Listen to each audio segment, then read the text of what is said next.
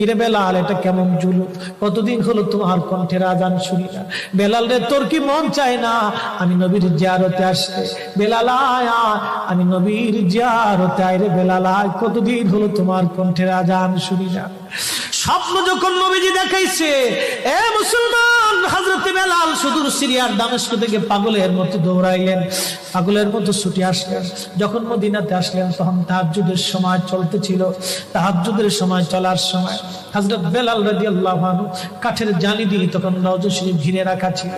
ওই জালির পাশে বসে বসে জালির সঙ্গে মাথা ঠেকাইয়া নবীর পাগল বসে বসে গুনগুন গুনগুন করে কাঁদে আর বলে, হুজুর আপনি আসতে বলেছিলেন, গোলাম এসে হাজির হয়েছে।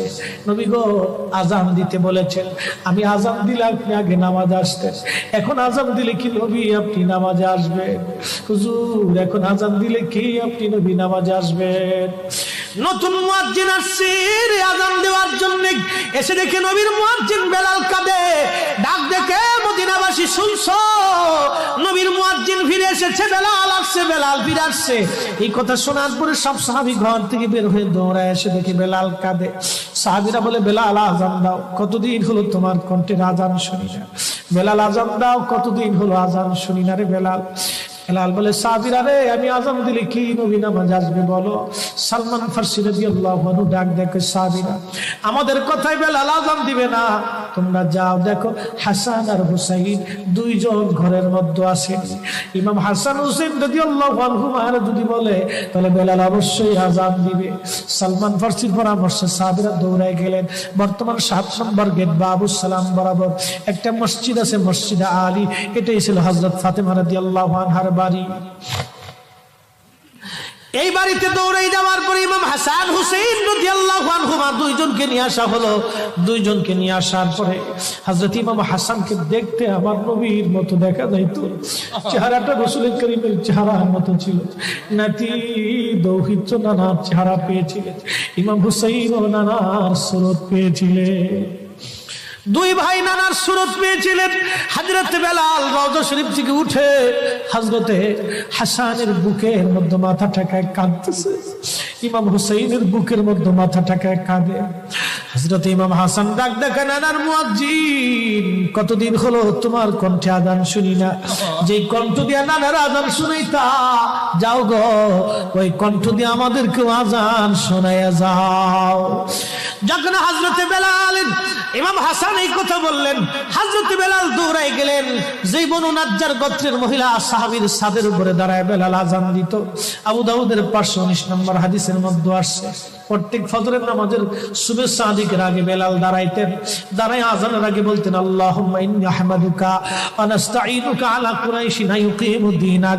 প্রত্যেক ফজরের আজানের আগে এই দোয়াটা পড়ে বেলাল আজান শুরু করতেন। হযরত বেলাল রাদিয়াল্লাহু আনহু আজকে তাহাজ্জুদের আজান দিতে গেছে। আজান দিতে যাওয়ার পরে হযরত বেলাল যখন আজান দিলেন, আল্লাহু আকবার, আল্লাহু আকবার, আজানের মধুর ধ্বনি সারা মদিনার রন্দে রন্দে ছড়িয়ে গেল। মদিনার ঘর থেকে সব সাহাবী বের হয়ে দৌড় মারছে। আবার যখন বলেন আল্লাহু আকবার, আল্লাহু আকবার, সব সাহাবী, মহিলা, বৃদ্ধ, বনিতা ঘর থেকে বের হয়ে দৌড় মারছে। যখন বলল আশহাদু আল্লা ইলাহা ইল্লাল্লাহ, মদিনার ঘর থেকে সব মহিলারা ঘর থেকে বের হয়ে দৌড় মারছে রে, আর কান্না করে নবী বুঝি ফিরে আসছে রে। আবার যখন বলেন আশহাদু আল্লা ইলাহা ইল্লাল্লাহ, তখন মদিনার মানুষ কান্না করতেছিল, গুন গুন গুন গুন করে কান্না করে। মদিনার ভিতরে আওয়াজ বের হয়ে গেল, নবী বুঝি আসছে রে, নবী বুঝি ফিরে আসছে রে, নবী বুঝি ফিরে আসছে রে, নবী বুঝি আসছে। হযরত বেলাল যখন বলেন আশহাদু আন্না মুহাম্মাদুর রাসূলুল্লাহ, মদিনার মাটিগুলি থরথর থরথর করে কেঁপে উঠছে রে। মদিনার মানুষের কান্না বেড়ে গেল। হযরত বেলাল অজ্ঞান হয়ে জমিনের মধ্যে পড়ে গেলেন, তিনি বেহুশ। নবীর আশিক বেহুশ হয়ে গেলেন। বেলালের মতো আশিক যদি আমরা হইতাম, এ দুনিয়ায় নবীর দেখা পাইতাম, এ দুনিয়ায় নবীর দেখা পাইতাম।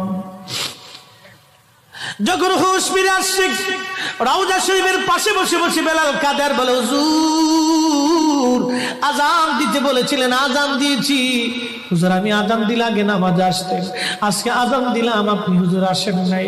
যে আজান দিলে নবী আসবে না, আমি বেলালে আজান আর কোনোদিন দিব না।